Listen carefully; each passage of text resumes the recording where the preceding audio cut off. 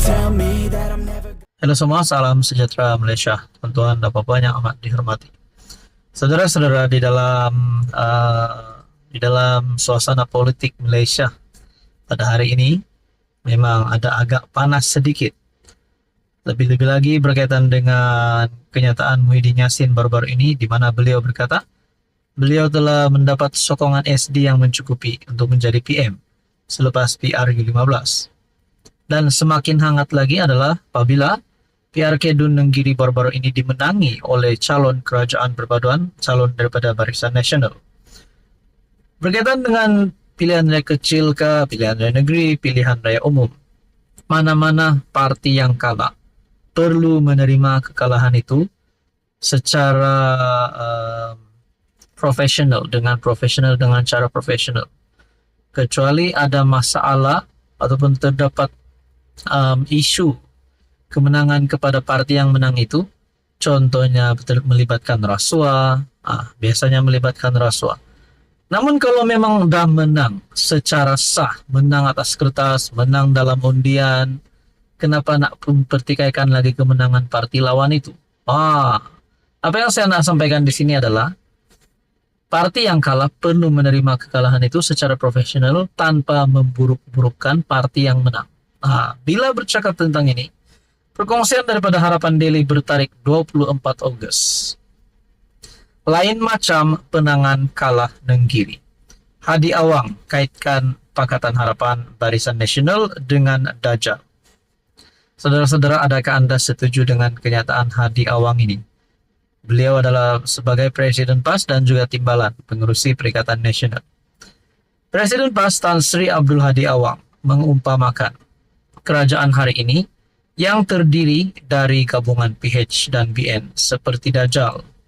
Beliau melalui tulisannya dalam Minda Presiden PAS bertajuk Politik Bohong dan Kebendaan Tetap Menjadi Pilihan UMNO PH, mendakwa kemenangan kerajaan PRK Dun Nenggiri baru-baru ini kerana politik Dajjal. Kata beliau, UMNO yang rosak bersama PH telah meneruskan konsep kebendaan bagi menegakkan dan mempertahankan kerajaannya. Ia katanya digunakan sebagai senjata dengan cara yang lebih daripada Dajjal. Kita menyaksikan PRK Dun Nenggiri di Kelantan, betapa politik Dajjal menjadi senjata lama yang merosakkan UMNO terus digunakan lagi dengan tenaga perasuah dan penerima rasuah. Kini mereka berkeliaran dalam PH yang menjadi kerajaan berkuasa dan dijadikan tempat pergantungan makhluk perosak sepanjang zaman. Saudara-saudara, adakah Hadi Awang di sini nak kaitkan kerajaan PHBN ya dengan tenaga perasuah dan menerima rasuah? Adakah kemenangan PHBN di Dun Nenggiri adalah melibatkan rasuah? Saya rasa tidak. Secara pribadi, pandangan saya adalah tidak, karena kita belum mendengar laporan polis berkaitan dengan ini. Tapi kalau Anda ingat pada PRU15 yang lepas, ada calon daripada PN yang telah menerima laporan berkaitan dengan rasuah pada PRU15 yang lepas. Jadi, sebenarnya siapa yang rasuah, siapa yang menerima rasuah di sini? Itulah kenyataan Hadi Awang berkata, lain macam penangan kalah Nenggiri. Hadi Awang kaitkan PHBN dengan Dajjal. Perkongsian daripada Harapan Daily bertarik 24 Ogos. Apa komen Anda? Halo semua, salam sejahtera Malaysia. Selamat datang ke channel Fels Lifestyle. Terima kasih kerana terus setia dan bersama di dalam channel ini. Saudara-saudara, kita dikejutkan dengan pengakuan Muhyiddin Yassin, di mana beliau telah berkata ataupun membuat pendedahan 115 SD yang menyokong beliau untuk menjadi Perdana Menteri pada ketika selepas pilihan raya umum ke-15. Jadi pada akhirnya, saudara-saudara, kita tertanya-tanya, siapakah 115 SD ini yang menyokong Muhyiddin? Siapakah ahli-ahli parlimen ini? Dan persoalan yang paling utama, adakah 115 SD ini memang benar-benar ada? Namun saudara-saudara, Muhyiddin sudah menyerahkan SD tersebut kepada pihak polis susulan siasatan terhadap beliau berkaitan dengan isu 3R. Dan pada akhirnya, ramai-ramai pemimpin di Malaysia ini sudah pasti yang paling kita nantikan untuk mengeluarkan pandangan ataupun menyentuh berkenaan isu ini adalah Perdana Menteri Anwar Ibrahim sendiri. Saudara-saudara, ini satu kenyataan Anwar yang pasti mengejutkan dan menakutkan seluruh kepimpinan Perikatan Nasional. Muhyiddin, tiada sokongan mencukupi. Ada MP tanda tangan SD 2-3 kali. Saudara-saudara, bermakna Anwar Ibrahim pun tahu.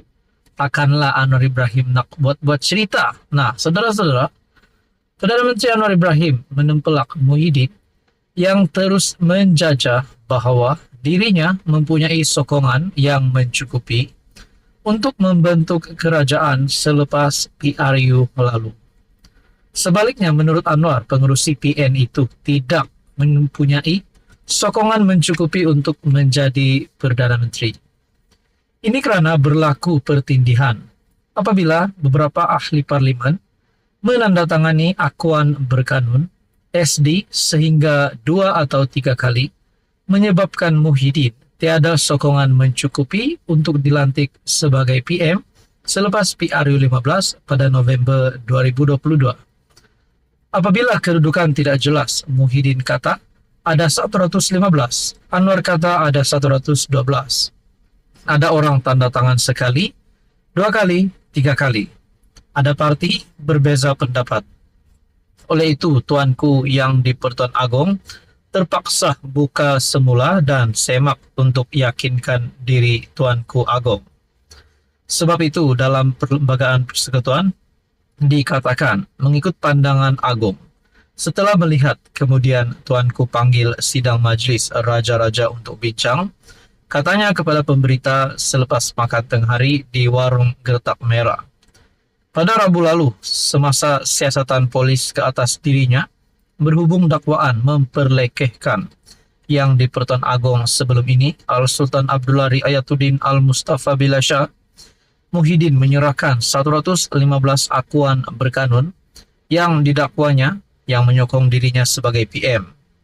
Dia juga menyerahkan surat akuan penerimaan SD berkenaan yang bertarik 21 November 2022 daripada Setiausaha Sulit kepada yang di Pertuan Agong ketika itu. Mengulas lanjut, Anwar yang juga pengurus CPH berkata, Majlis Raja-Raja dan Peguam Negara ketika itu Idrus Harun turut mempertikai jumlah SD berkenaan. Setakat saya faham, pandangan Raja-Raja dan Peguam Negara masa itu yang dilantik oleh Muhyiddin mengatakan jumlah itu dipertikai, maka diserah kepada Budi Bicara Agong, kata Anwar. Muhyiddin dikatakan menyentuh kewibawaan Al-Sultan Abdullah ketika baginda menjadi yang di Pertuan Agong ke-16 ketika ceramah umum PRK Dun di Felda Perasu. Dia didakwa sebagai berkata dirinya sudah mendapat 115 sokongan ahli-ahli Dewan Rakyat selepas PRU 15 yang membolehkannya diangkat sebagai Perdana Menteri. Nah, saudara-saudara, banyak yang sudah memberikan pandangan berkaitan dengan isu ini.